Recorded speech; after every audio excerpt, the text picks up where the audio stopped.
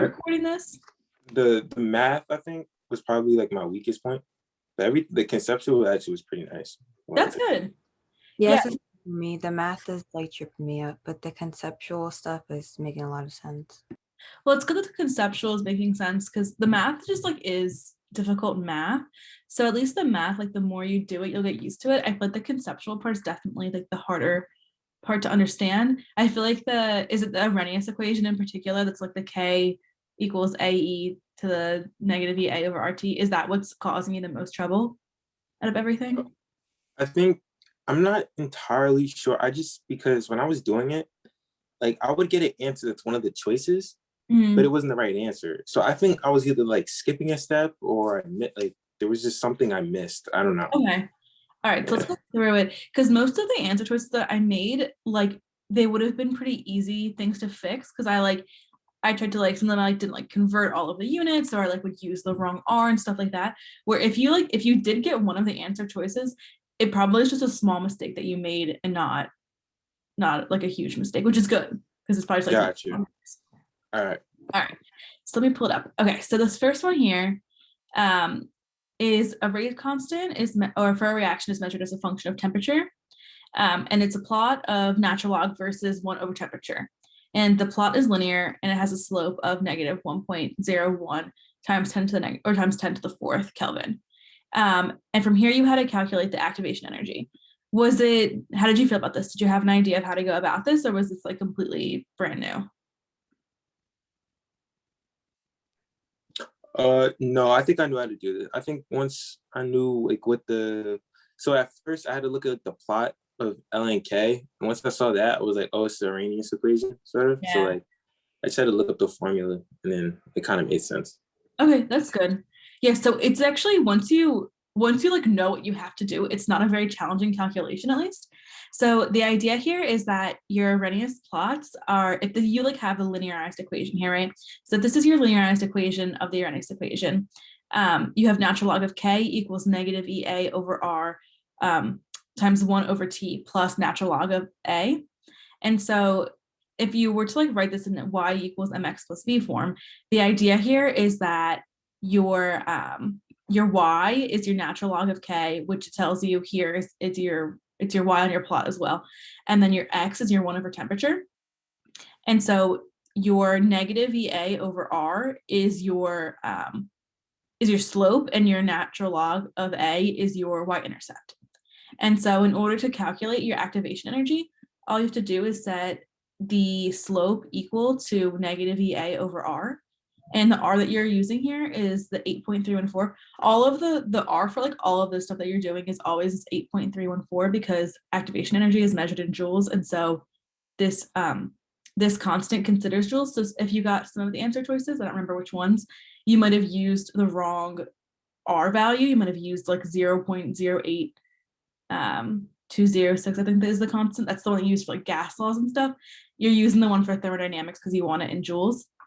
And so if you set it up like this, you have your slopes that equal to the activation energy over your R value. And so in order to calculate activation energy, you have to just multiply by negative 8.314 joules per mole times Kelvin. And then you would get 8.4 times 10 to the 4th joules per mole, or if you convert it into kilojoules, it would be 84 kilojoules per mole.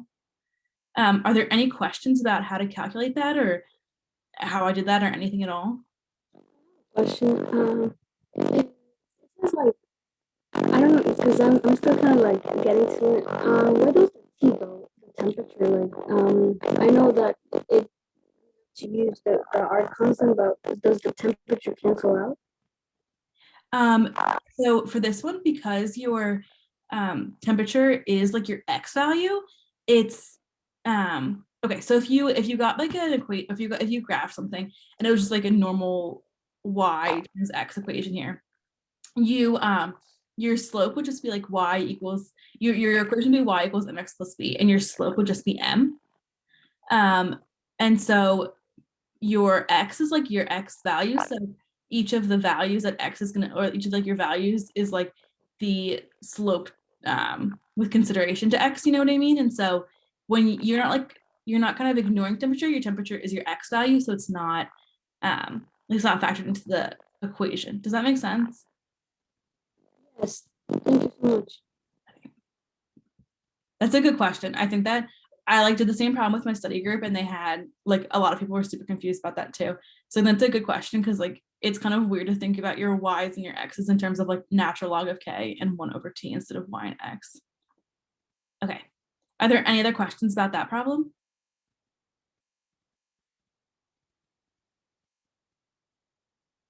Okay. So the next question was, this reaction was monitored as a function of time, and it was AB ends up going to A and B.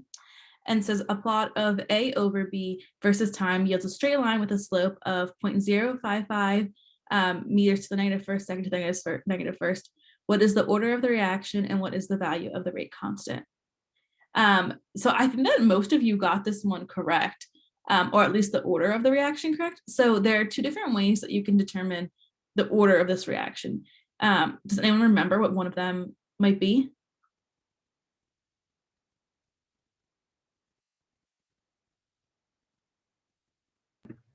I mean, I don't know if this is like a way. I just kind of remember them, and like if not, then I kind of look at the powers and then count it. Like the meters or the molar to the negative first and second to the negative first? Is that what you're talking about? Yeah, like how there's two of them, so then like second order. Yeah, so the one way you can tell is like from the unit on the K, like I think you were just saying that like because it's meters to the negative or molar to the negative first, I always say meter by accident because it's molar to the negative first and second to the negative first. That means it's second order because if you remember like your rate laws, you have rate equals K times your concentration. So if it's second order, because your concentration is always measured in molarity, I'm sorry, and your rate is always measured in molarity per second, then your K value for a second order reaction has to be molarity to the negative first times second to the negative first in order to cancel out like the molarity squared from your concentration in order to get molarity per second for your rate. And the other way you can tell is, I don't know if you guys remember this or if you really learned it in depth, but all of your like integrated rate law equations, if you have 1 versus A or 1 over your concentration plotted versus time, that indicates that it's a second order reaction. And so like if you remember, if you just do concentration versus time, that's 0th order. If you do natural log versus of concentration versus time, that's first order. If you do 1 over concentration versus time, that's second order. If you don't remember that, we can definitely go over that too, if that doesn't sound like familiar to you. The only thing that I want to make sure that you didn't get confused by is that I'm not sure if anybody thought that it might be second order because it ends up going to A and B. Because this isn't, for two reasons, that can't be the case here. First, because AB is the reactant, not A and B are just products.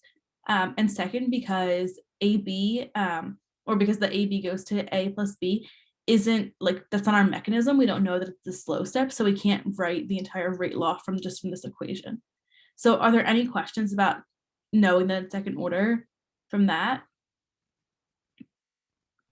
No, I'm good. It makes sense to me. Okay, that's good. Any other questions about that? And like, does everyone remember those plots with like the natural log of concentration versus time, like concentration versus time, or would that be helpful to go over for anyone? Yeah, I remember those. That's actually really smart. I didn't even think of like the 1 over AB, like that would be second order, because that makes a lot of sense. That's good to make Yeah, sense. I got my notes. Okay, cool. Yeah, because I don't know if they're gonna include that ever, but I know they like have in our staff meetings they've talked about, Dr. Muniz and Dr. Altinez like have talked about different ways they could like get you guys to know the order of a reaction. That's one of them. So it might be a good thing to keep in mind. So for the second order integrated rate law, because let me see if I have it written down. So your second order integrated rate law, if you ignore the rest of this, the highlighted part here is your second order integrated rate law. And so your 1 over your AB is your Y value. Your T, that's your time, is your X value. And then your Y-intercept here is the 1 over AB initial. And your K is your slope. And so for some of the other ones, it's negative K, and you have to, in order to convert the slope, you have to like multiply by a negative 1 in order to get your rate constant. But for second order reactions, your slope is literally just your rate constant. And so for this one, the answer is second order and 0.055 to the meters to negative first, second to negative first. And that's your rate constant as well. Does that make sense to everyone? Are there any questions about that? Yeah, that makes sense. Okay, that's good. Okay, so now this one I think trips some people up. This reaction was monitored as a function of time. AB goes to A plus B, and then it says, you have the same prompt as before. A plot of A over AB yields versus time yields a straight line with the slope of this, right? The rate law for the reaction. So a lot of people wrote rate equals 0.055 and then did A times B, which is good because you remembered it was second order and you wanted to make sure you had a second order reaction. But if you look at the reaction here, AB is actually your reactant and A plus B are your products. And so your rate law would actually be, because it's the second order, it would be rate equals 0.0 or 0.055 times AB squared. Does that make sense to everyone? I think that a lot of you guys got messed up because usually it's written as like A plus B goes to AB. So I saw like a lot of people had written like rate equals, A times B instead of AB squared. So does that make sense to everybody, or are there any questions about that? Yeah, No, that makes sense. Oh, I have one question. Yeah, of course. In the rate law, do you add the units or no? Because I added the units. I didn't know. I think it's good if you add the units. I probably should have written it with the units. But yeah, that would definitely be correct if you did it with the units like that. Okay. Yeah, I didn't know. Okay, thank you. Yeah. Okay. That's good. I'm glad that it makes sense now. Okay, so now it's the same prompt again, except this time you're trying to figure out the half-life of the reaction when the initial concentration of B is 0.55.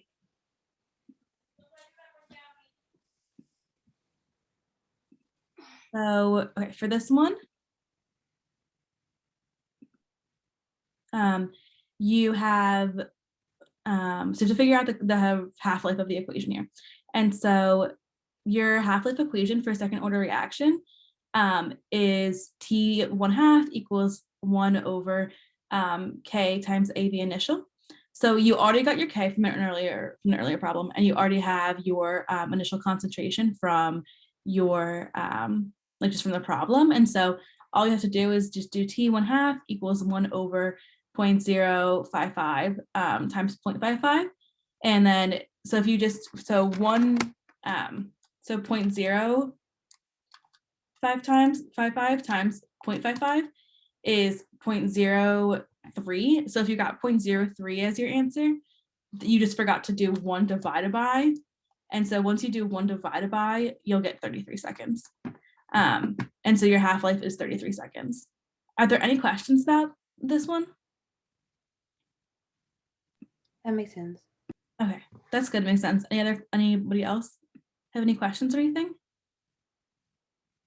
No, all good. Okay. I think that a lot of people had gotten like 1.8 or something as the answer instead. I'm trying to check to see. And I forget how I calculated that one, so I'll try to look back at my notes and see if I remember how I got that one, so we could go over what might have been wrong if you got that as your answer instead of 33 seconds.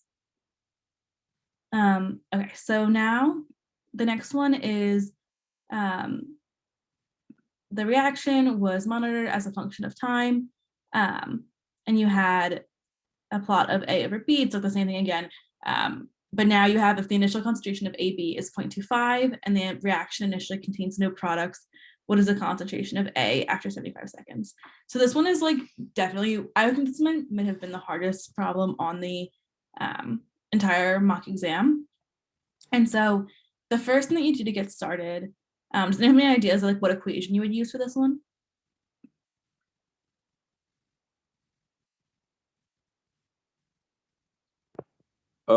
So wait.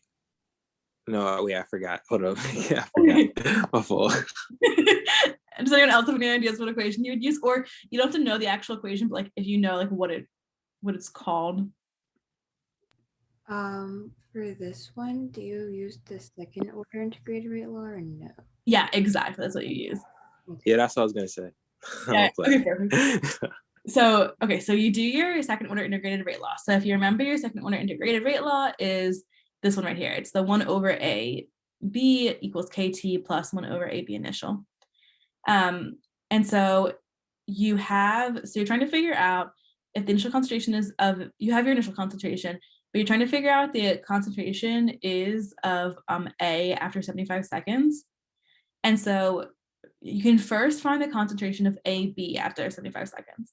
And so you can plug in, you have your K value already from an earlier problem, you have your time as 75 seconds, and you have your initial concentration as 0.25 molar. So once you multiply 0.055 times 75 seconds and you do 1 over 0.25, you're going to get 1 over a b equals 4.125 molar to the negative first, which is this value here if you multiply the two of them. And then 1 divided by 0.25 is 4 because it's like 1 divided by 1/4. So then you can do 1 over AB equals 8.314.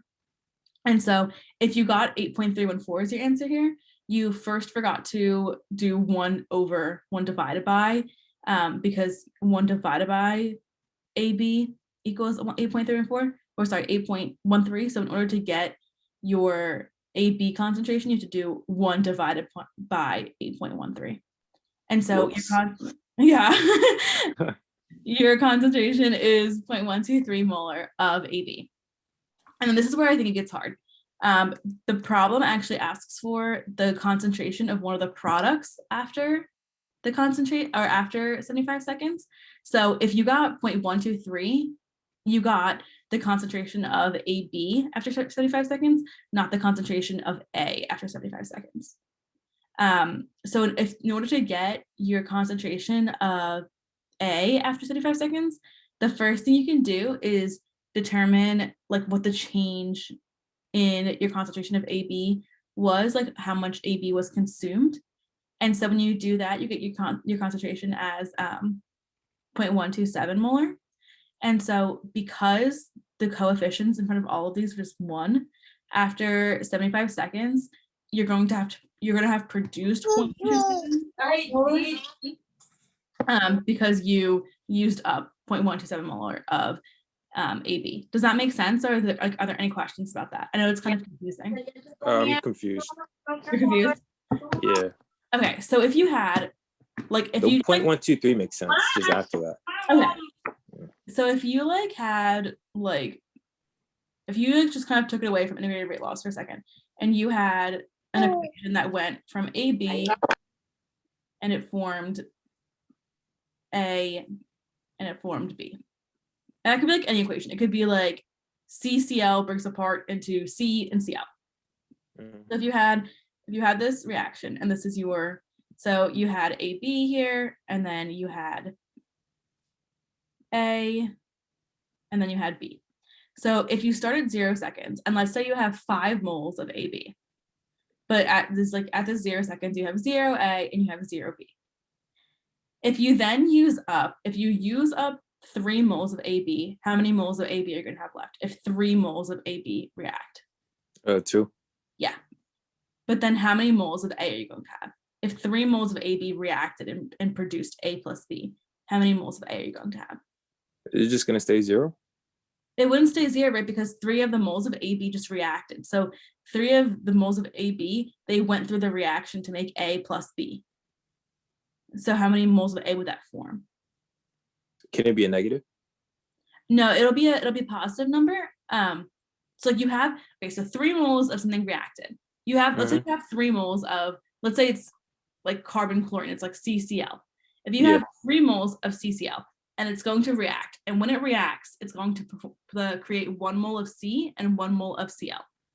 So if you have CCl and you have 5 moles in the, if 3 of them react, so 3 of them actually do the reaction to go from CCl to C and Cl, how many moles of Cl are going to be, or C are going to be after? So it'd just be 2. It would be 3, right? Because 3 of the moles reacted. Wait, why am I bugging right now? So you said there was 5 that was reacting, and then you said 3 of them went away. So if you start off with 5 of your reactant, so in this case, the reactant is AB, and then 3 of those moles react, you'd have 2 moles of AB left, right? Because 3 of those reacted. You started with 5. 5 minus 3 is 2. So 2 of them are left. 2 of them react. Oh, okay. So 3 of them have reacted. So if 3 of them have reacted, 3 of them have gone through the reaction where AB split into A plus B. So then you would form 3 moles of A, and you'd form 3 moles of B. Oh, got you. Okay. All right. Okay. Does that make sense to everyone else? I know that it's like confusing to think about. It took, when I did this with a study group, it took them like probably half an hour to like just go over this one problem. Does that make sense, or is that confusing at all? If it's still confusing, we can keep going over it. Yeah, I'm sorry. You just do it one more time. Yeah, of course. So the idea here is that, okay, if you kind of took this reaction, because now we're working with decimals, so we took it out to like with simpler numbers. If you had a reaction that went from AB and it formed A and formed B. So this could be like, you could think of it as NaCl. NaCl is one thing, and then once it dissolves in water, it goes to sodium ions and chlorine ions. And so for every 1 mole of your sodium chloride from your NaCl, you're going to produce 1 mole of sodium ions, and you're going to produce 1 mole of chlorine ions. Does that part make sense so far? Yeah. Okay, so you do that. So let's say you start off in your reaction, like, let's think of it in terms of like, you have salt, you have NaCl, you're going to pour it into a glass of water. At this point, you only have your solid, you only have NaCl. It hasn't dissolved into the ions yet. So you have 5 moles of your NaCl, and it's all just a solid right now. So you don't have any moles of just your sodium ions, and you don't have any moles of just your chlorine ions yet. But if 3 of those moles of sodium chloride reacts, and 3 of those moles of sodium chloride react to form sodium and chloride ions, you're going to have 2 moles of sodium chloride solid left. Does that make sense again? Yeah. So you have that, but then now but 3 of those moles have reacted, right? So 3 of those moles have dissolved into sodium ions and chloride ions. And so if you've done that now, because 3 of those moles reacted, you're going to have formed 3 moles of sodium and 3 moles of chloride. Okay. Does that make sense? Yeah. Okay. So if you like kind of like take that idea and put it onto this problem here, you have your reactant is AB. That's like your NaCl. One of your products is A, and one of your products is B. So you're trying to figure out what your concentration of A is, I think was what I actually put in the quiz. And so you found out that after 75 seconds, you produced 0.123 molar AB. So you know what your initial concentration of AB is, so you can figure out how many of those moles of AB reacted. Because everything's like within the same volume here, so you can kind of ignore the fact that you're working at molarity here. So if you had 0.127 moles react, 0.127 molarity react of that AB, then 0.127 moles of A and 0.127 moles of B are going to have formed, because that's how much of the reactant actually went through the reaction to produce A and B. Does that make sense, or is that still confusing? Okay, yeah, no, that makes a lot of sense. Okay. Wait, so just to clarify, so what does the point, when we found the 0.123, what is that? What does that stand for? That is your concentration of AB. That's your concentration of your reactant. So then what's the 0.127? What is that? That's your concentration of your, so that's first the concentration of AB that was actually consumed in your reaction, but as the answer, it's then the concentration of A and the A and also the concentration of the B. So there's 0.127 molar A, and there's also 0.127 molar B. So the answer for this one would have been 0.127. Got you. Okay. Does that make sense?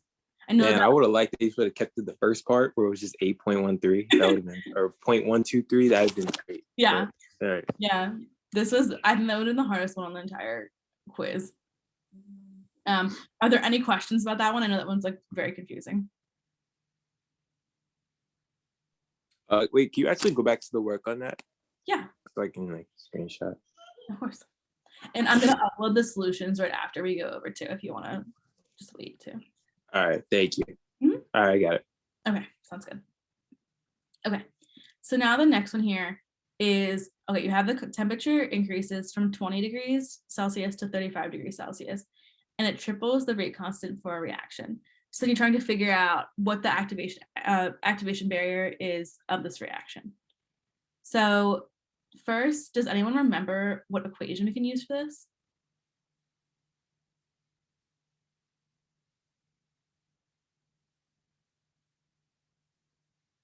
Is it an integrated rate law one, or is it an Arrhenius equation here? Isn't like Arrhenius? Oh, I'm so sorry. No, yeah, what she said, Arrhenius. Yeah, it's an Arrhenius equation. So there's actually, I think that you went over it, and hopefully you remember. There's like the linearized Arrhenius equation here. So you have like ln of K2 over K1 equals EA over R of one temperature minus the other temperature. Do you remember that?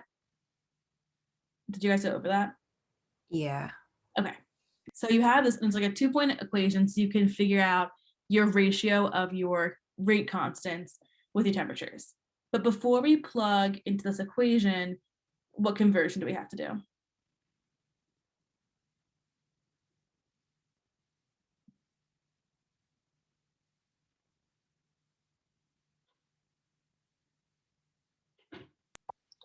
Convert the Celsius to Kelvin. Exactly, yeah, because we have Celsius right now, so change that into Kelvin. And so if you remember, to convert to Kelvin, you used to do the Celsius plus 273 or like plus 273.15. So once you do that, your temperature, and you have to set, first just like also set which one is gonna be your T1 and which one's gonna be your T2, just so you keep it straight, because you have to make sure that you have it correctly oriented so that like your K2 is on top and your K1 is on the bottom, and then it's like T1 minus T2, because if you have it like, you'll get, your signs will get messed up if it's if you don't like if you're not continuous with sticking with which one is K2 and T2, or which one's K1 and T1. And so for this one, because the rate constant is going to triple, and your like your second temperature is going to cause the bigger rate constant, I did it so that the temperature too was like the larger temperature here. So once you do your conversion, you have to add 73 to both of them, so you get 293 for your one temperature for T1, and you get 308 for your other temperature.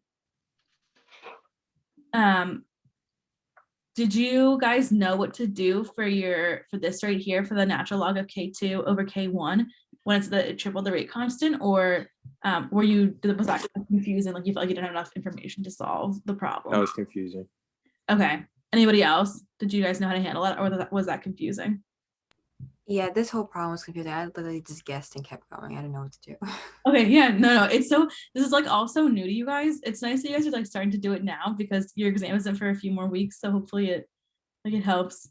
So the idea here was like, if you have 3 of K, if you have K2 over K1 as your ratio here, and it's saying that the rate constant triples, you could almost think of it, if like, because the rate constant is tripling, you could almost think of K2 as 3 times K1.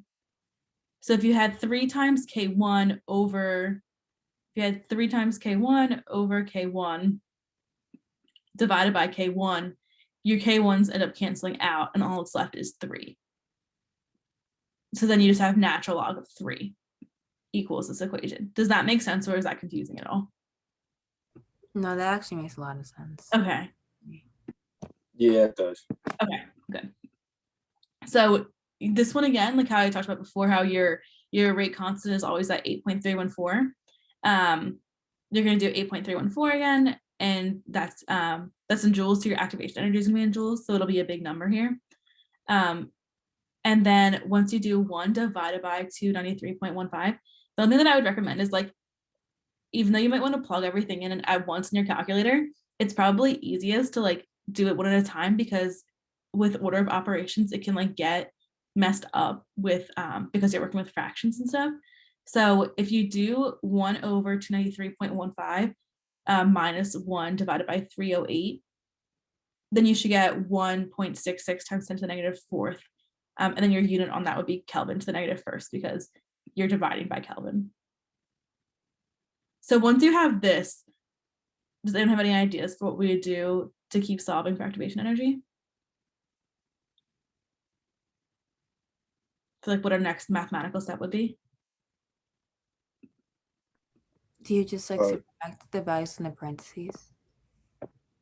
So instead of subtracting, you're going to divide because these are being multiplied together. So to undo it, you just divide. Oh, I'm sorry. I thought you were talking about the step above. Okay, yeah. Oh, sorry.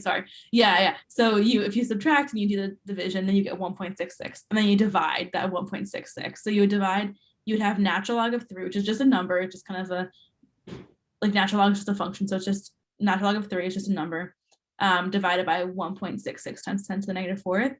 And once you do that, you'll get 6,616 Kelvin equals activation energy over 8.314. So then to get your activation energy, does anyone have any ideas what you have to do just to get the last step here to solve for activation energy?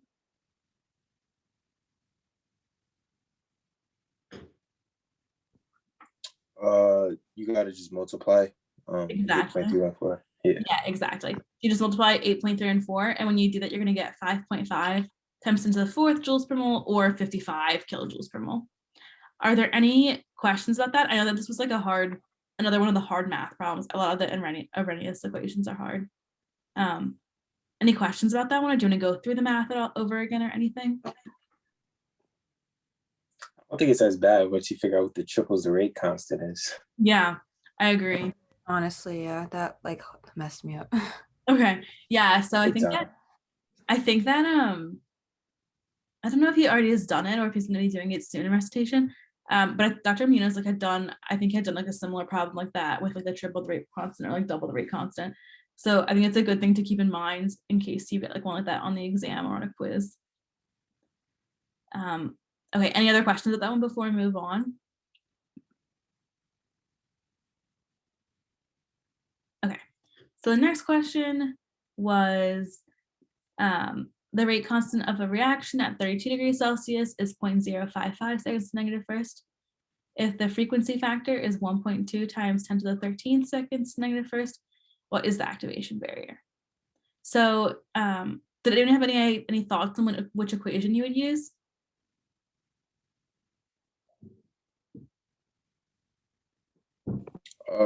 Would you use the K equals AE to the power of negative activation energy over RT? Exactly. So you would use that one, just like I said. And so the first thing you have to do, again, because your R value here, your constant is 8.314 joules over mole times Kelvin. Whenever you have a temperature in Celsius, the first thing you have to do is convert it into Kelvin. So once you do 32 degrees Celsius plus 273.15, you get 305.15 for your temperature here. And so you're given your temperature, you're given your rate constant, so you're given your K value here. Do you guys know what the frequency factor, which variable that is? Is that the A? Yeah, that's the A. So I feel like that one, like you don't work with that a whole lot, but that's your A value. And so once you have your equation set up, which is here, it's all set up here. The hardest thing now is just like doing the calculation. So does anyone have any thoughts on what the first step to solving this problem would be once you have it all set up? Yeah, I have to work on this because I'm actually like terrible at like the exponent, the E exponent stuff. I forgot how to do it. It's so hard to like, I think that I learned it when I was in like 10th grade maybe. So even like trying to go back and remembering, all of the math, the natural logs and log stuff is like, yeah, exactly. I learned it before I forgot. Yeah. So the first step is just division actually. So the first step before you having to touch the E here is just you have to divide the rate constant by the 1.2 times 10 to the 13. And so once you do that, you're going to get 4.6 times 10 to the negative 15th. And then you'll have your E to the negative EA over 8.314 times 305.15.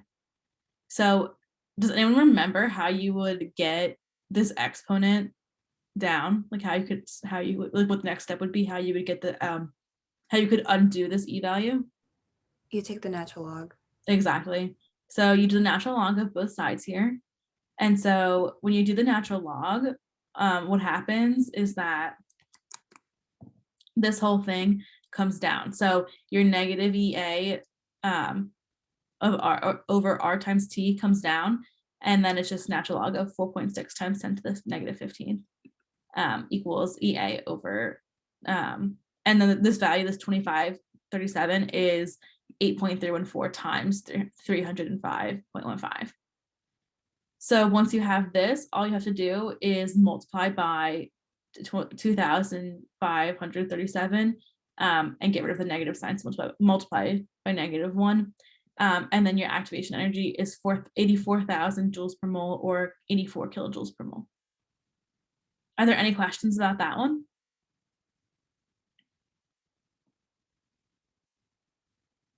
No, that makes sense. Okay. Anybody else? Any questions or anything?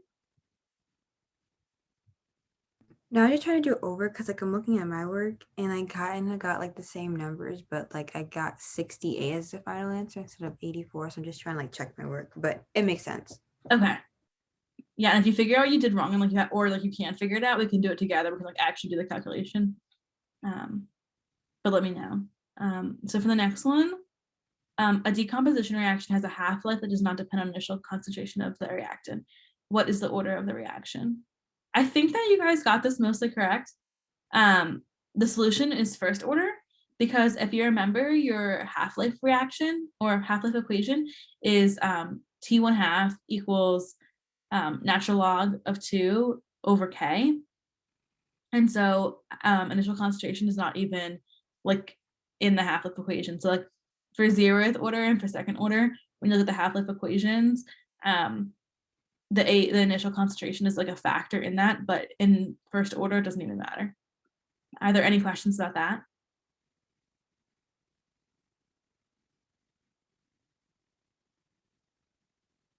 No, I'm good. Okay. So for the next one here, we have, which statement is false regarding the function of a catalyst in a chemical equation? So I guess, were there any of these that immediately you were like, that's definitely true, I'm going to cross that one out? Yeah. Which one would you like, were you like, that's definitely true, I'm going to cross it out? The catalyst is not wait for like if it's like true, right? Yeah, because it's like, which one is false? So I guess yeah. The catalyst is not consumed by the reaction. Yeah, because the catalyst, the whole idea of it is that it's like it gets reproduced at the end. So yeah, it's not a reactant. Exactly. Were there any other ones that you were immediately able to cross out because you're like, that's definitely true? Yeah, where it says like it increases the rate of reaction. Right, because the catalyst, the whole point of it is that makes the reaction move faster. So it definitely increases the rate. And then were you guys able to know which the last one to cross out was? The last one was like a catalyst provides an alternate mechanism for reaction. Exactly, because like that's the whole thing, is like the idea of the catalyst is that it allows the reaction to do a different mechanism that's faster than the other catalyst because it decreases the activation energy for the entire reaction. So the correct answer, which is a false statement, is this one right here. It's a catalyst increases the activation energy for a reaction. So that's the correct answer, because it actually provides an alternate mechanism where you have like where the activation energy is actually decreased. That's how the reaction moves faster. Are there any questions about that one at all? No, I'm good. Yeah, no. Sounds good. Okay, this one I think confused you. So let's make sure we go over and that it's clear and everything. This one is, pick the single step reaction, which according to collision theory is likely to have the smallest orientation factor. So do you guys remember what orientation factor is?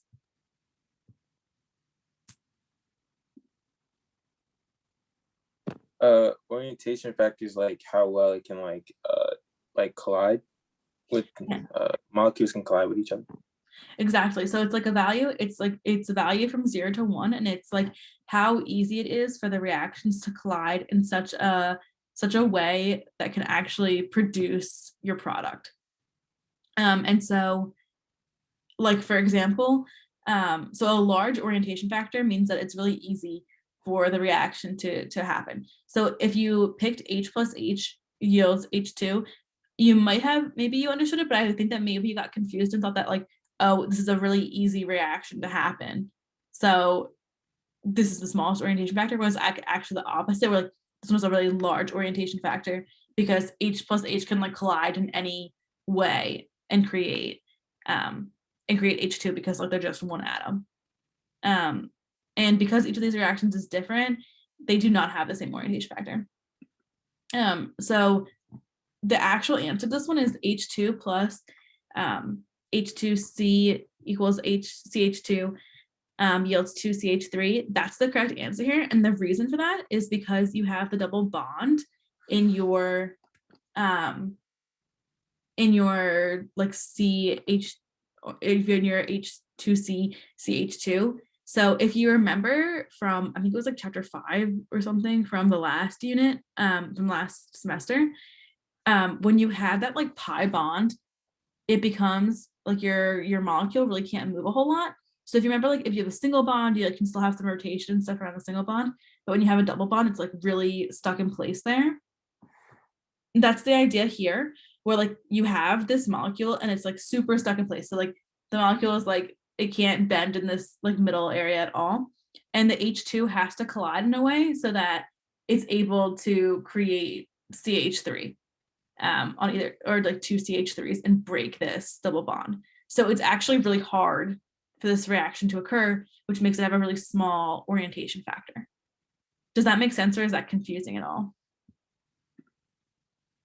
So yeah, that makes sense. Okay, so like H plus H would have a really large orientation factor, and then HI plus I would have a slightly smaller orientation factor, and then this last H2 plus H2C double bond into CH2 is going to have like the smallest orientation factor because each of them has to occur, and it's like a little bit more difficult to produce the product. Is everyone good on that? Yeah, I think I just have one question. So when it says like a single step reaction, is it talking about the elementary steps or? Yeah, it's like if you had, it's usually saying like if this is your reaction and this is, yeah, like this would be an elementary step here. Exactly. Okay. Yeah. So the next problem here was you have a half-life of carbon 14. It's 500 or 5,000, sorry, 5,730 years, and it's independent of your initial concentration. So then it asks how long it takes for 35% of your carbon 14 atoms in a sample of carbon 14 to decay. So this one I think is another tricky one on the problem. So I think that if you did a calculation and you got an answer for it, if you got 2,000 and if you had 2,000 years, then you just multiplied by the percentage of it. And if you got 5,730 times 0.65, then you just multiply by the percent. If you got this one, then you just multiplied by the percentage, like you multiply by 0.6. So neither of those is the answer because you have to do the half-life equation. So the correct answer is actually this, it's 3,560 years. So the idea here is that you have, you were told that it's independent of the initial concentration. And so if you remember the earlier problem that asked about like which half-life is independent of initial concentration, that's a first order half-life. So the first order half-life equation is the half-life equals natural log of 2 over K. So in order to plug into your actual integrated rate law, you need your K value. And so in order to solve for your K value, you can do natural log, you can rearrange the equation to have it equal K equals natural log of 2 over T1/2. And then to solve for K, you just do natural log of 2 divided by 5,730 years. And then your K value would be 1.21 times 10 to the negative 4th years to the negative 1st. And then you would use, so because it's independent of your initial concentration and you just use your first order half-life equation, everything is all first order here. So you use your first order integrated rate law. And an area, maybe you got your K value and then you got tripped up after that. It asks you how long it takes for 35% of the C14 atoms in a sample to decay. And so the way you can think of it is like, your A initial, you can think of it as 100% of the atoms. So you can think of it as 100. And you're going to say 35% of them are going to decay. So 65% are going to be remaining.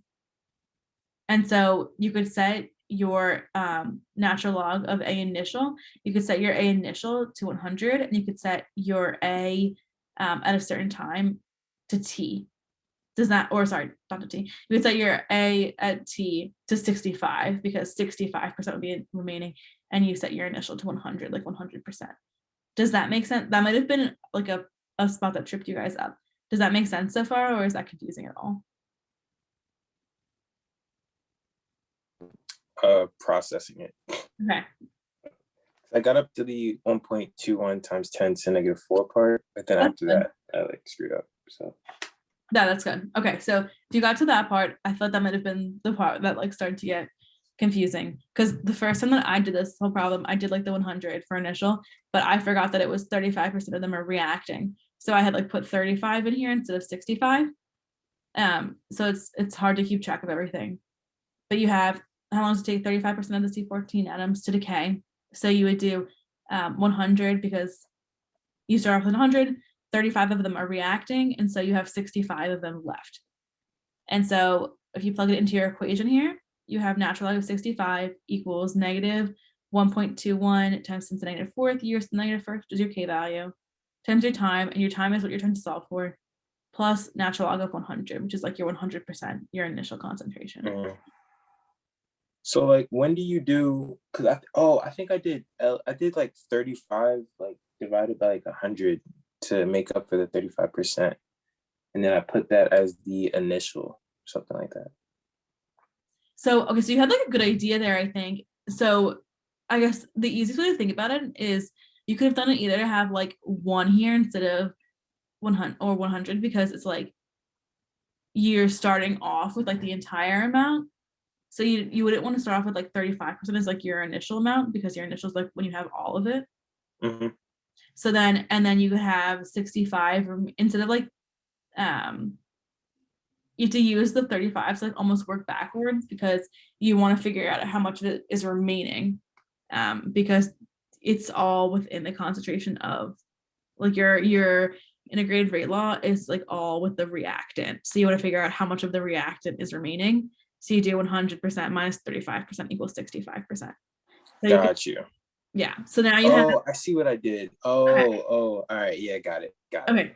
Awesome. I mixed it up with another problem that I think what I was thinking of, there was like a problem where you actually do like ln, where it's the final over the initial. And I think that's why they did 65, like 65 over 100, or like, or what I did. But yeah, I get it. I know what you're talking about. I forget which problem that was, but I know what you're talking about. Yeah. Yeah. Thank you. Yeah, of course. So once you do that, then, so natural log of 65 equals negative 0.1, or sorry, negative 0.43. And, oh, actually, no, it doesn't. Natural log of 65 minus natural log of 100 equals negative 0.43. And I think, let me try something.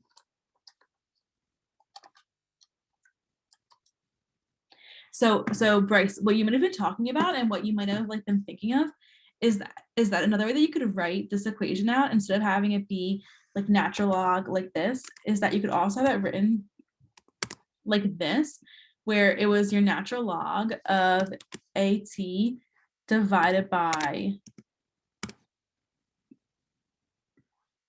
initial. So it would look like this. One sec. I don't know why there's the extra space there, but you could have an equation that looked like this, which would be the same thing. So natural log of AT minus natural log of A initial ends up equaling natural log. Yeah, that's what I was thinking of. So you could do this instead. Yeah, okay. Gotcha. Okay, I like mixed it up a little bit. All right. It's so confusing. Yeah. So you'd have this, and then you from here, it would be the same thing. If you did natural log of AT over natural log of initial, so, or if you did natural log of AT divided by initial, you would still get negative 0.43, because you just make sure that you used 65 as your AT instead of 35. Got you. Okay, that makes sense. Thank you. Okay, so once you do that, then you have negative 0.43, and you're left with just negative 0.43 equals negative 1.21 times 10 to the negative fourth, which is your k value, times t. So in order to solve for t, you just divide by this 1.21 times 10 to the negative fourth value, and you get 3,560 years as the time it would take. Does that make sense? Yeah, that makes sense.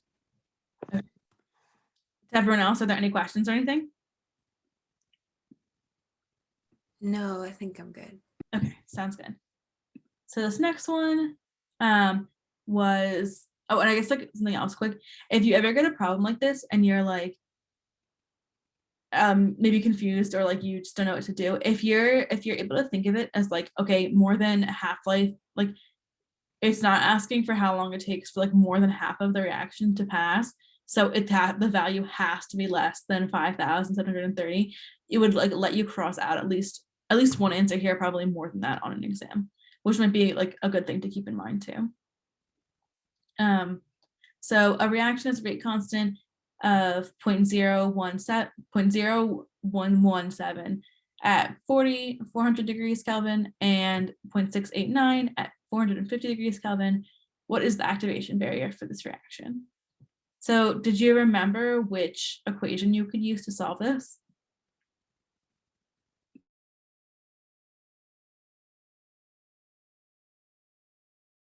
We already used it one time to solve another problem. It's the. Oh, I'm so sorry. No, you got it. Go ahead. It's the Arrhenius again. Yeah, exactly. And it's like the linearized one with like the two rate constants and two temperatures. So hopefully this one was easier than the other one because it actually gives you the rate constants instead of giving you like that it triples. And it gives you two temperatures already in Kelvin. So this one's like you can just plug in pretty easily. Like it's not an easy calculation, but at least you don't have to do any conversions or anything before you plug in. So this one just allows you to plug everything in. And the only thing to keep in mind here is that you have to make sure that like I said before, your signs will get messed up if you don't keep in mind like your K2 and your T2 have to be the same, your K1 and your T1 have to be the same. So you either like you need to have these values be for the same, either K1 or K2 and vice versa.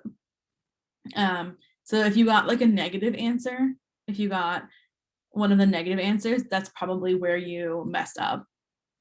And then from here, you would first subtract. And so you would do 1 over 400 Kelvin minus 1 over 450 Kelvin. And when you do that, you get 2.778 times 10 to the negative fourth. And the other thing that I did in this step was took the natural log of 0.689 divided by 0.0117. So once you do those two things, you'll get 4.08 equals activation energy over 8.314 times 2.778 times 10 to the negative fourth. Does that make sense so far? Yeah, that makes sense. Okay. Yeah. Okay. So now once you've gotten this far, what do you do next? After when you're on this step, what do you do next? Just divide the 2.78 times 10 to the negative 4 to the other side. So once you divide over, you get 14,672 Kelvin equals activation energy over your R value, your 8.314. And then to solve for activation energy, you just have to multiply it over 8.314. So once you do that, you'll get 122,000 joules per mole or 122 kilojoules per mole. So the correct answer was this one right here.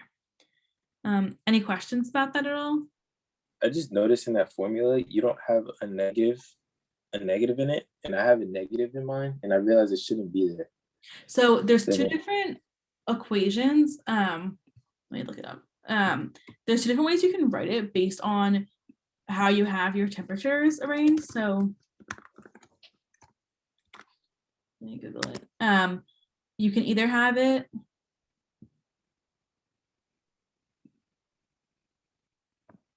so here are the two ways you can write it. So you just don't want to get them confused. You can either have K2 over K1 and have activation energy be negative over R, and have T2 minus T1, or you can have it all be positive and do T1 minus T2. The difference here is that if you do T1 minus T2, you're going to get a positive number here. And the reason for that is like your T1 is your smaller temperature. So when you divide, like 1/3 is larger than 1/4, because when you're dividing by a smaller number, when you divide by a smaller number, it's a larger number than if you divide by a bigger number. And so when you subtract these two, you're gonna get a positive number. Whereas if you do 1/T2, your T2 is gonna be larger than your T1, you're gonna get a negative, or you're gonna get a negative here, which ends up canceling out with the negative in front of the activation energy. So whichever that's like a sneaky difference. Like I didn't notice that. It's just like whichever one you're using, you just gotta make sure that you keep it. I like to use them without the negative value, because I feel like negatives just like another way to get confused with stuff. But yeah, just whichever one you use, just keep track of it and don't make sure you know which one it is. All right. Yeah. So does that make sense for everyone? Does anyone else have any questions about that?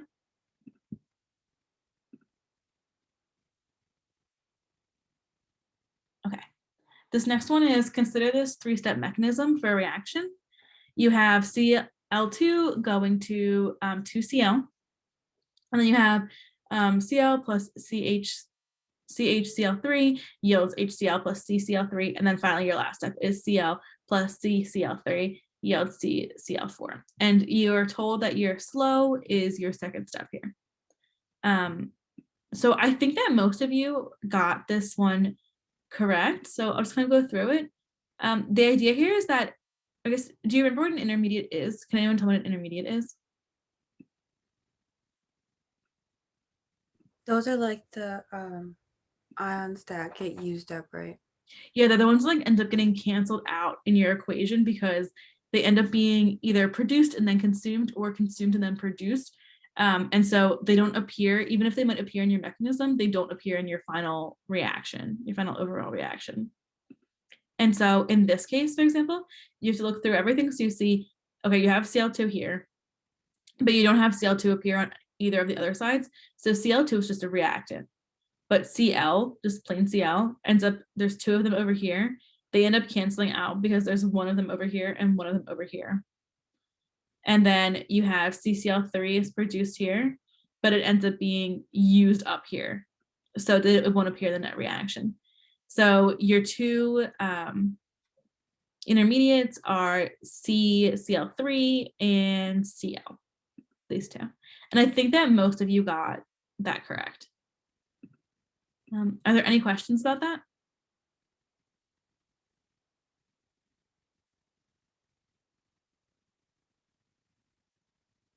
Okay. So now we have, consider this overall reaction, which is experimentally observed to be second order in X and first order in Y. And it's just X plus Y yields XY. That's true or false. This reaction occurs in a single step in which X and Y collide. So the correct answer for this is false. Does anyone have any ideas why that is? No idea. I was stuck on this one. Okay. Yeah, and you guys like just learned mechanisms too, so it doesn't make sense that it wasn't like super clear. So the idea here is that it's experimentally observed to be second order in X and first order in Y. But if this was your single step reaction and that was the only reaction in your mechanism, your reaction rate law would be rate equals K X times Y, because they're both first order.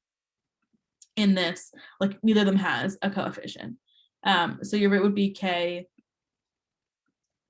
X times Y. But the thing is that you were already told that that your reaction is second order, is experimentally observed to be second order in X and first order in Y. So this can't be your rate law, because it's only first order in X and you're told that it's second order. So it can't occur in one step. That must just be like one step in your reaction. So for example, instead, maybe your reaction is like like x plus y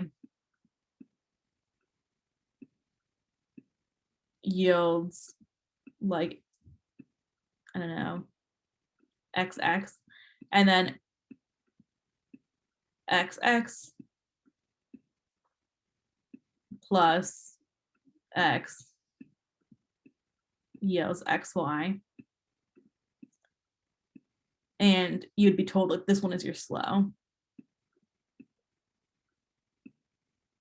And this is your fast. And then that would be an example of like a mechanism that would end up resulting in the overall reaction and be second order in X and first order in Y. Does that make sense, or is that confusing still? We can definitely go over it again because I know that mechanisms are like brand new for you guys. So the x plus y xy, that's the slow step, right?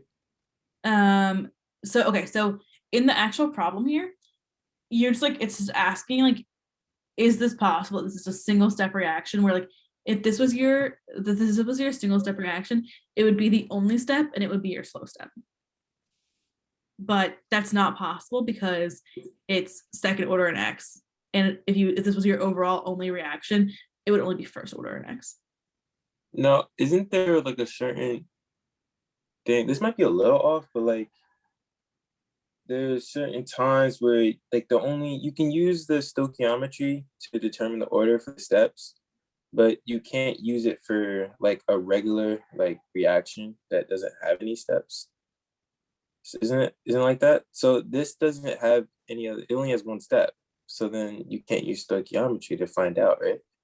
So the idea here is that it's giving you an overall reaction, not a step. So it's asking you if it's possible that this step, like that this reaction, this overall reaction is also the only step in the problem. Does that make sense, or is that confusing? That might have been confusing. I'm processing. Okay. So it's asking you, like it's saying, okay, you have this overall reaction here, x plus y yields xy. mm-hmm. And so it's asking you, like, is it possible that the only step for this reaction is x plus y yields xy? Is it possible that the mechanism for this is literally just x plus y yields xy? That's your slow, your only step. And you're saying, no, that's not possible because it's not this. If this was our only step, we could write. Yeah, it's not possible. Okay. So that's the idea. And then it kind of goes into the next question here where it's like, okay, that's not possible. Is this a possible two-step mechanism? Got you. Okay. And so for this one, you would have, okay, so you would say, this is your fast step, this is your slow step. So do you remember which step do you write the equation on? Your fast or your slow? The slow step? Slow, exactly. So you would write it for slow, and what would, if you wrote it for this slow, what would your equation be? Wait, not the overall. The rate equals, sorry, you can go. What would it be for this one? It would be rate equals K, and then what would it be for the slow step here? Just for the slow step, what would the rate law be for the slow step? So it would be Y, just Y? It would be Y, and then it would also be X squared, right? Because it's another, or X. But doesn't that cancel out? Oh, wait, no, you said just slow step. Okay, yeah. Yeah. So I was thinking about pressing for some reason. All right. So you have X2 for your slow step here. But then, like you said, like you can't have, because X2 ends up canceling out, like it's not in your overall reaction. Your overall reaction is only X plus Y yields XY. And so you would have to go back and replace this XY, or this X squared, sorry. And so this is an equilibrium. So do you remember what equilibrium means in terms of their rate laws? It's the same both ways.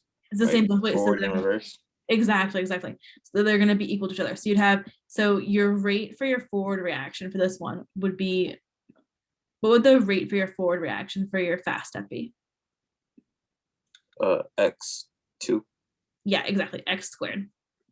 And then what would it be for your reverse reaction? X2. Yeah, it would be rate equals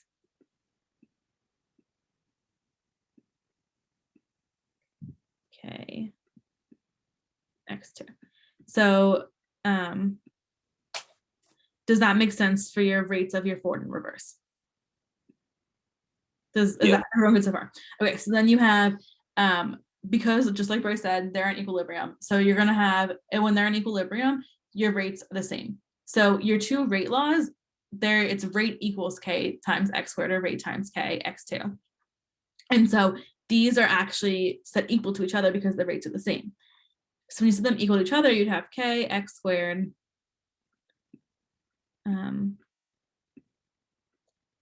equals K X2.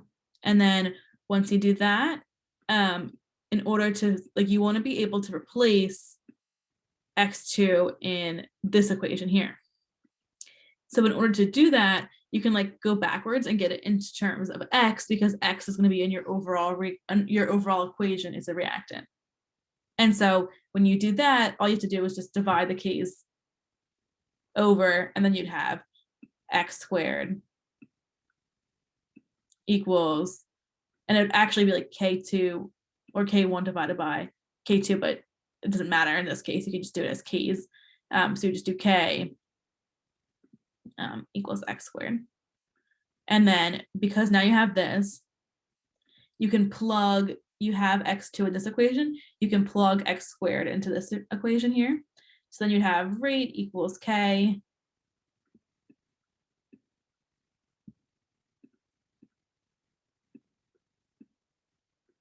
rate equals KY and then times X squared. And if you were like actually trying to calculate your K's, you would bring your K down and everything, but because it's all just in terms of K, it doesn't really matter because it's all just numbers they're just constants.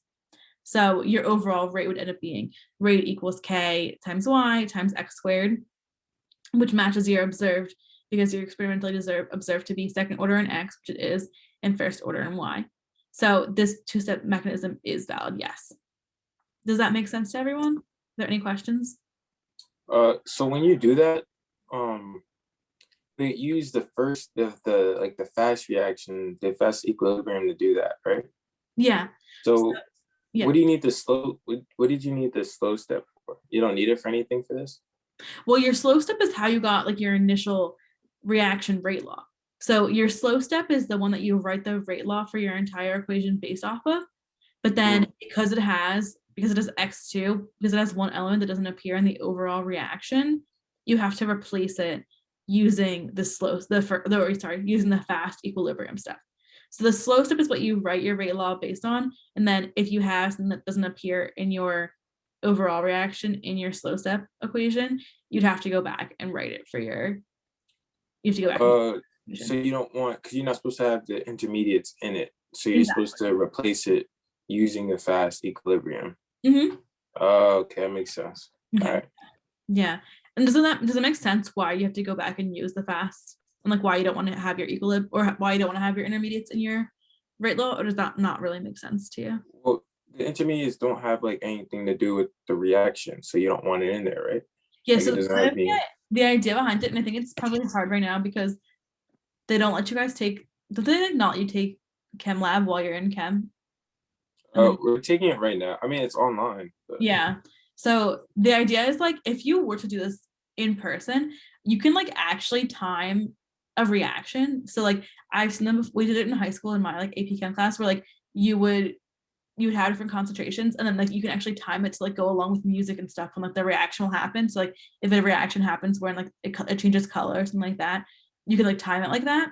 And so the idea is like, if you have an intermediate, you can't like, another step in your mechanism produces your intermediate. So you can't control the amount of your intermediate that you're putting in unless you control the amount of another reactant that you're putting in. So the idea of like getting it all in terms of reactant is like how, if like you were in the lab, you could actually control the reaction. Got you. So I feel like that makes a little bit more sense for like why you do it, because it doesn't always make sense why you wouldn't just use your intermediates. Are there any other questions about like anything for this problem or for the last one, or does everything make sense now?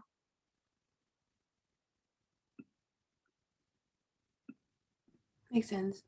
Okay, sounds good. This one, I think everybody got it right. What relationship to integrated rate laws represent? Does anybody remember what the relationship is they represent? Wasn't it like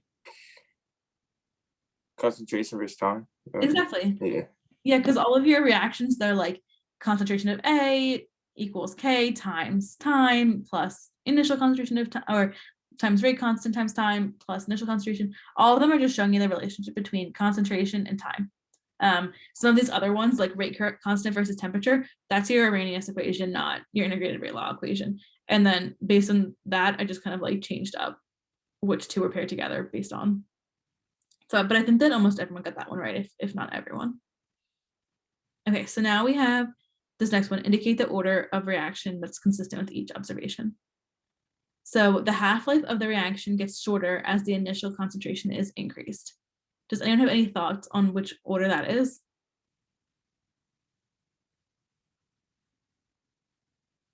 The second? Yeah, so I think, or is it the second or the first? Sorry, I forget. I think that you're right though.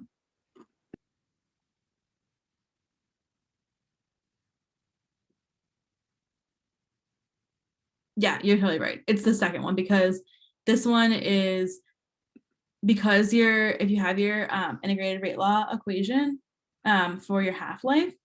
So if we pull up integrated rate laws, if you have it and you have your half-life equation here, so for example, this one has your half-life here, because for second order, your half-life equation has your initial concentration in the denominator. The more that you increase your initial concentration, the shorter the half-life is going to be, because it goes in the denominator. So I think it was Kelly who just said it. You're totally right that it's second order, that for the first part.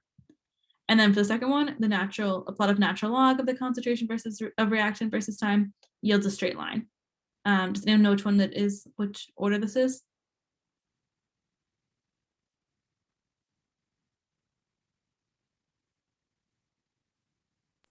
First?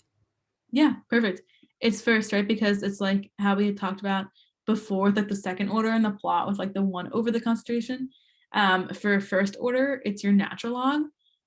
So your first order rate law here, it's like not super clear because they have it in terms of an E, but like for this one, it's like natural log of A equals negative KT plus natural log of your initial concentration. So like your plot here would have your Y as your natural log of A, your negative K would be your slope, your T would be your time, and then your Y-intercept would be, your T would be your time, which is be your X, and your initial concentration would be your Y-intercept. So just like Kelly said, this one is B, or this one for B, it's first order. And then last one, the half-life of the reaction gets longer as initial concentration is increased. Does anyone have any ideas on which order that is? 0. Yeah, exactly, because for 0th order here, if you go to the half-life equation, for 0th order, your initial concentration is actually in a numerator. So the bigger you make your initial concentration, the larger your half-life is going to get. Okay. Any questions about any of those? Okay. If not, then we have this next one here. Select the true statements regarding the Arrhenius equation. So did anyone have any thoughts on like which ones you knew were true, if you knew that any of them were? There are 2 true statements here. The rate constant, wait, hold up. Rate constant decreases as activation. Yeah, when the rate constant decreases, the activation energy increases. I think that's one of them. Yeah, so as the rate constant increases as temperature increases, is that what you said? Oh no, I said it the other way. Yeah. Wait, so no, yeah, that's right. Yeah, the rate constant decreases the energy. Wait, or isn't it an inverse relationship? What'd you say? Isn't it like an inverse relationship between activation energy and a constant? Yeah, so as rate constant, the rate constant decreases, the activation energy increases. Is that what you had said? Yeah. Yeah. So that one's correct. So the rate constant decreases as, no, not that one. The rate constant increases. The rate constant decreases as activation energy increases is one of your statements. And then the other one is that the rate constant increases as temperature increases. So it has an inverse relationship with activation energy, but a direct relationship with, or a positive relationship with temperature. Does that make sense to everyone? I know it's kind of weird because it's like activation energy is in the numerator, but it's actually the opposite because of the e to the negative. Does that make sense to everyone? Is everyone okay with that? If you ever forgot that on an exam, you could just like plug it into your calculator too and try out like random numbers as the other values and just try out like 2 different activation energies to see how it changed your K.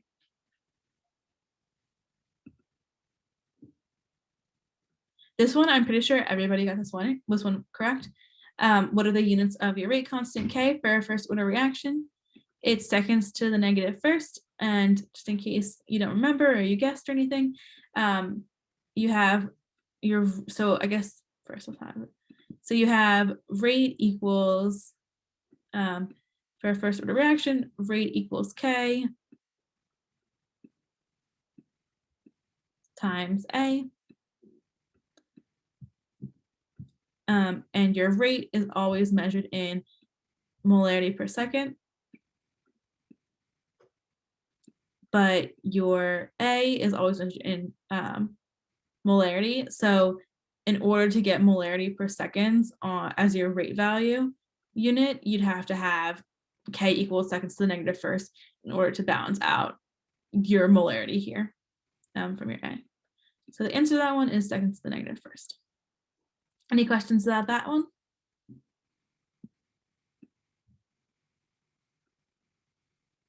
That makes sense. Okay.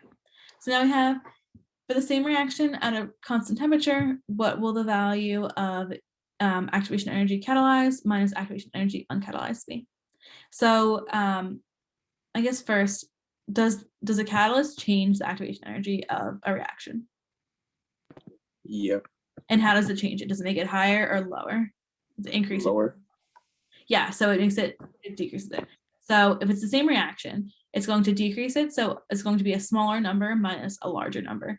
And what is that going to give you? A positive number, a negative number, or will it give you 0? Oh, negative number. Exactly. Yeah, I got that wrong, but I wasn't thinking about it like that. I didn't know what I was thinking about, but I wasn't thinking about it like that. Yeah. No, I remember like when we did that one problem in recitation where it was like I think it was the opposite for the uncatalyzed reaction minus the catalyzed reaction. People like were really overthinking it, I think, because it's like it just seems so overwhelming with the Arrhenius equation and everything, but it's not as like as complicated as people make it out in their head sometime, I think. Yeah, it definitely wasn't as bad. Yeah. Should have looked at that straightforward. Any other questions about that one, or is everyone good? It makes sense now. Okay, sounds good. Okay, so now we have how many steps are in the mechanism represented in this graph. So does anybody remember how you can tell what a step is based off of these graphs? I think, isn't it the transition states, like the top of the hill? Those are steps. Yeah, you could, that was one way to tell it. So you could tell it kind of like these, every time you have like a new activation energy, it's like a new like hump to get over. That means that you have like a step because it has to have like some activation energy to get over. But I guess like you're totally right that if you have one of these humps, then you're gonna have to have like its transition states. You could also tell by the transition state at the top here. So based on that, how many activation or how many steps are represented in this mechanism? Or how many steps are in the mechanism represented by this graph then? If it's either these like humps or it's like the transition state. 2. 2, right? Because you just have, you'd have this barrier to get over, and then you have this barrier to get over, or you have 2 transition states. And then the last question was how many intermediates are formed by the mechanism. So how many intermediates are formed by this mechanism? Any ideas? 1. Yeah, and do you know how you figured it out? Because it's the only, like, I don't know how to explain it, but, like the dip, I guess. Yeah, it's like the bottom little like troph thing here. That's like your intermediate because that's like it's like what's happening between your steps. So yeah, so it's only 1 here because it's only at 3. I was questioning between 1 and 3 for some reason because like I don't know, I kept thinking about just whenever it was like low. So like it just kind of, I don't know, I thought it made sense. I thankfully ended up picking 1, but Yeah, I think that like it's so the idea here is kind of like your intermediate is like so your transition states are like not stable, but your intermediates are stable. So it's like the end result of a mechanism. Mhm. Then like it's kind of easy to think about it because like it has lower energy because it's like stable, but like your reactions are stable and so are your products. So I can definitely see why you were like, oh, it just looks like it has lower energy, but this is your reactant, this is your product. Got you. Okay. So that's the whole exam, but we still have like 40 minutes left. Does anyone have anything else that you want to go over? We can go over any of these problems again, or we can talk about like just other things in class that you're confused about or anything like that. Would it be possible for us to go over 16 again? Yeah, definitely. Okay, so this one here, and I think that this is because you guys like just got introduced to mechanisms, so it's definitely makes sense that these are confusing still. And so we are told we have to consider this overall reaction, x plus y yields x y. And so it's observed to be experimentally second order in x and first order in y. And so is this two-step mechanism valid? So the idea behind it is that you have x to the second, or like x2 plus y yields xy plus x as your slow reaction, and you have your fast reaction as 2x yields x squared. So I guess the first step before you get into anything is you have to make sure that your overall reaction represents the overall reaction that's observed in your mechanism. So the way we can check that is like we can say, okay, x squared is an intermediate because it ends up getting like used up over here too. And then even though we start off with 2x, an x gets created later, and so it ends up only using up 1x. So our overall reaction still is x plus y yields xy. So it's like, okay, fine. Our overall reaction does match the reaction in the mechanism. So now we have to actually see if it's experimentally observed to be second order in x and first order in y. So we have to see, like, does this mechanism, is it actually second order in x and first order in y? And so which step do you write the which step do you write your rate law from when you have a multi-step mechanism? The fast step or the slow step? The slow step. Yeah, so you start with your slow step. And so what would the rate law be for your slow step here? Just for your slow step. The y and then the x2, right? Yeah, exactly. So you'd have rate equals x2 times the y.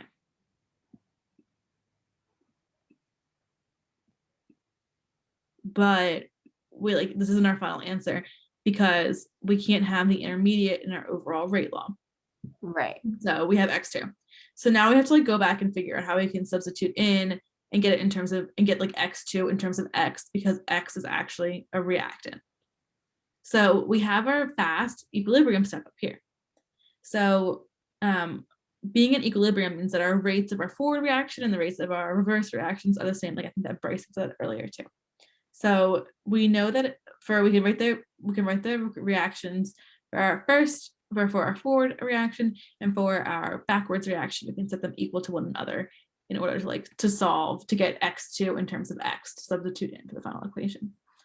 So the rate of our forward reaction is rate equals k times x squared, because our reactants are just x squared, or sorry, our reactants are just x, but there's 2 of them, and so because of that, it'll be x squared.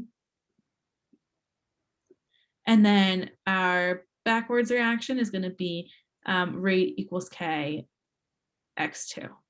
Does all of that make sense so far? Yeah. Okay. So now you have your rate of your x2. And now you can set them equal to each other because you're in equilibrium. And so that means the rate of your forward reaction is equal to the rate of your reverse reaction. So now you can set k equal, or kx squared equal to kx2.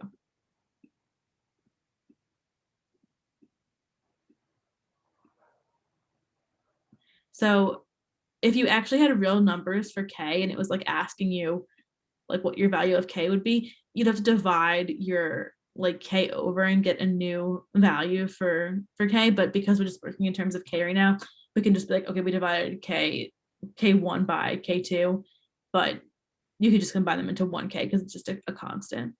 So you would then have x2 over here equal to kx squared. And then, okay, now you have something to substitute into this final equation here because we said we couldn't have this x2 intermediate in here. So we have to plug in terms of x. So we can plug in this x squared in, and so then we'd have rate equals k